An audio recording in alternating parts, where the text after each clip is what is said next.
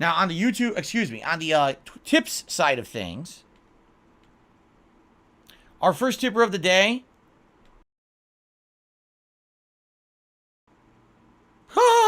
All right, this is hilarious. This is going to be a really quick answer.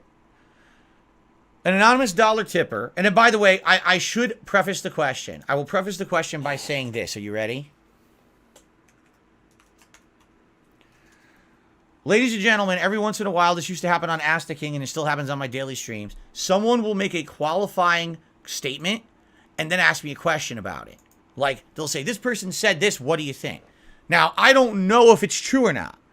I'm not confirming or denying what this person is about to say. I can't. I don't have time to go fucking vet what they're saying here. So all I'm going to do is I'm going to read the statement. I'm going to react directly to the statement, assuming it's true. If the statement is completely false, then guess what? You can disregard the answer. You'll know my answer if the statement was true, but it's a qualifying question, meaning it has to be true for me to answer truthfully. If it was fake, then, then my answer just doesn't really mean much, okay? In fact, how about this? I'm not even going to say the name of the person. Here's what I'm going to say. An anonymous tipper asked the following. So-and-so said on stream the other day, it is unfair and disrespectful to put the burden on your fans to pay your bills. He said 95% or more of your revenue should be from sponsorships and ad money and not from direct donations from fans, as is never reliable or dependable. It puts the onus on making fans give money for wrong reasons. Do you agree, or do you wish you weren't so dependent on people's generosity? Okay? So, I'm not going to say who he's claiming said it because I don't even know if it's true this person said it or not. Okay? All right? Now, I can come at this from two different directions. I can come at this from a direction of over 10 years ago when I was very popular on YouTube. I made my entire living on ad revenue because I was able to do so. And now I can tell you from today's perspective. Okay? From someone 10 years ago who made a living solely on ad revenue on YouTube and was able to do that. That was a great time because you're absolutely right. I didn't have to ask anyone for anything. I literally felt like I was 100% in control of the situation at all moments. I could play any game I wanted. I could do whatever I wanted. The views would come in. The money would come in. And everything was great, right? At that time, did I ask anyone for anything? No. Didn't have crowdfunding. I didn't do this. I didn't do that. It was literally just watch the videos, please, and the ad revenue is enough for me to make a great living, and that's all I ever wanted, right? I never at that time sought out sponsorships or partnerships or anything like that whatsoever, even though I very well could have. Back then, I was at the top of my game, and a lot of companies were seeking me out for these kind of sponsorship opportunities. They wanted me to show their products and do that stuff. And every once in a while, there was something like that. I remember there was a custom company called Laser Mods, and I think I advertised one of their controllers. All they did was send me a controller. They didn't pay me for it. I had, at one point, a Loot Crate partnership where I would unbox a Loot Crate once a month, should do a video, and if you bought a Loot Crate with my referral code, I'd make a little bit of money, of which I think total I made like $300 total the entirety of the partnership. I'm not saying that I was above that and never did it. What I'm saying is even when I was at the top of the world, all right, basically I was in a situation where I could have been making myself very secure, and I didn't. Why? Because I respected my viewers too much. I didn't want the entirety of my content to become, here's an ad for this product, here's an ad for this product, Phil does a promotional video for this or that. Hell, even when I went to E3 with Machinima sponsoring me, and the whole point of me going to E3 was apparently to cover this game called Hawken. I went to E3, I played the game, I did some footage of the game, and I realized the game wasn't that good, and it probably wasn't going to be popular. And I covered it minimum, and I went off and I covered E3 fully for you guys and just kind of didn't even care about Hawken. I never even played the game when it came out, okay? I've always kind of tried to do the bare minimum when it came to that kind of shit. If I needed to do it to stay alive or whatever, I would. But I always said to myself, I respect my audience too much to be constantly being Mr. Ads, Mr. Shill. I don't want to become that.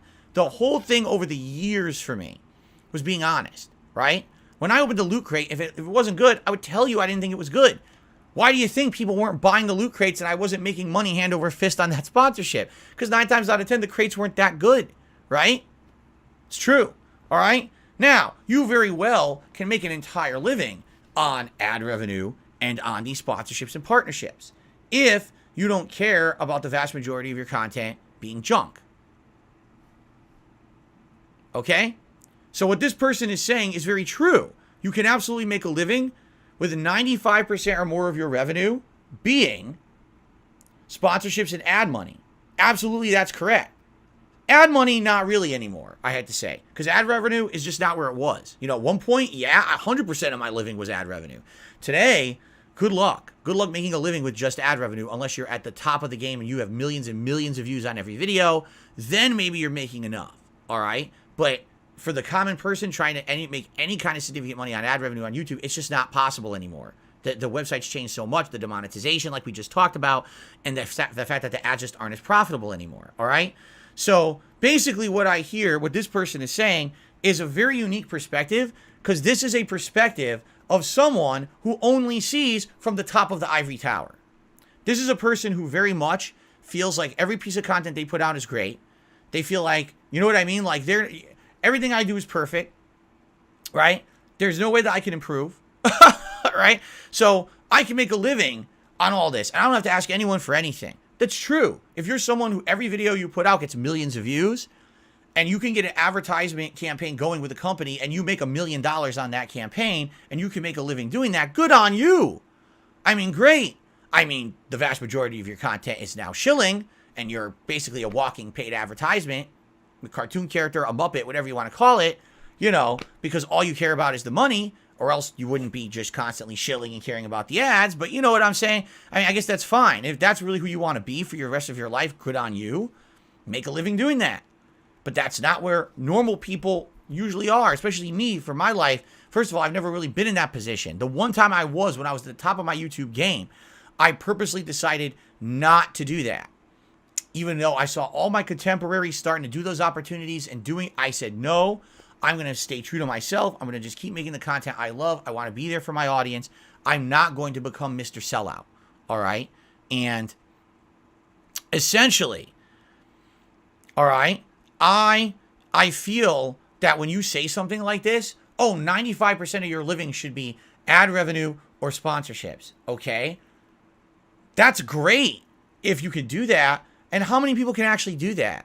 Like, that's such an elitist comment because most people can't do that, right? They just can't. It's not possible to make an entire living just on a sponsorship or a partnership or an ad revenue. It's just not anymore. Again, pre-2017, it was possible. But after the adpocalypse, everything changed. This is the opinion of someone who lives in a different world from reality. They have always been at the top. They probably put out videos that make so much ad revenue and have so many opportunities because they're basically a pseudo celebrity. They don't understand what it's like to be a normal person trying to make content.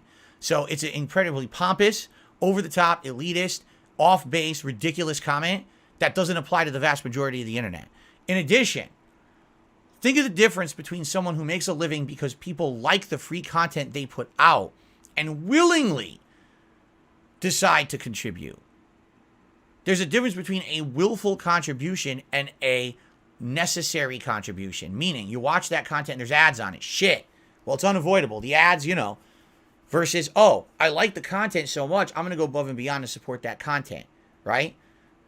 There's people who are popular because they're popular, and then there's people who are popular because people like the content. There's a difference. People who make a living through crowdfunding probably is because people like their content. As much as I completely and utterly disagree with those streamers on Twitch who put out the fucking hot tub streams and shit, sadly, they have viewers who like their content, and they will throw money at it, right? Who are you to say that? I mean, do I agree with that practice? No, I think it's abusive, and I think that they're basically preying on people who are weak-minded because they think they're going to get something out of a relationship they're never going to get, right? But for someone who's a normal content creator, I put out content every day. I feel like it's digestible, it's entertaining for my audience. I'm not going to sit here and shill to you. I'm not going to sit here and rely on ad revenue. If you like my content, then please support it. And then people support it. What's the problem with that? Right? This person says,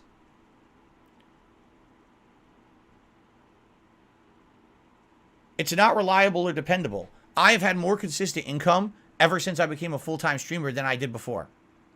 It's true. Since I became a full-time streamer in 2017, I've had more reliable and consistent income in my life than all those years before where I was beholden to YouTube's ad revenue system. Because at any moment, you could make one of these changes. And then when they make a change, you're screwed. And there's nothing you can do about it. Deal with it, right? Would you rather be beholden to a corporation that doesn't care about you and will just at any moment make a big sweeping change and change your entire livelihood?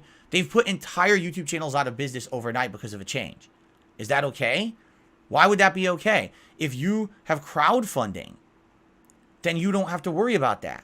People will support you no matter where you go because you're actually loved for the content you put out. What's wrong with that?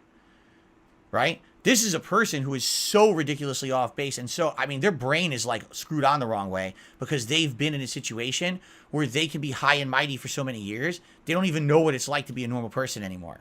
This is like one of our politicians who says these big, ridiculous things to the public. And the public are like, what are you talking about? That's not a working person's experience. What you're saying, you're out of your mind, right?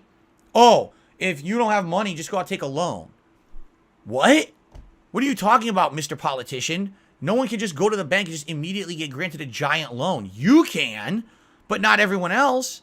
And when you say shit like this just proves you're completely out of touch with reality. This person literally, again, if this is what they really said, they really need a reality check, right? And I would absolutely positively love for this person to tell me how they would make a living if all of a sudden YouTube demonetized all their videos and they lost all their sponsorships overnight, how quickly their attitude would change and immediately, hey everyone, please crowdfund me, please crowdfund me. It's nice to say shit like this when you're on top. It really is. But then when you get godsmacked by reality and you get back down to the bottom with everyone else, all of a sudden you realize, oh, maybe I was a little bit cocky there. It's a really dumb thing this person said. If anything, it sounds to me like they were saying this in response to people saying, what about those abusive streamers on Twitch who are sucking money out of their audience and they're preying on their audience? And they responded, I don't like that practice. That's different than just crowdfunding in general. You see? Okay.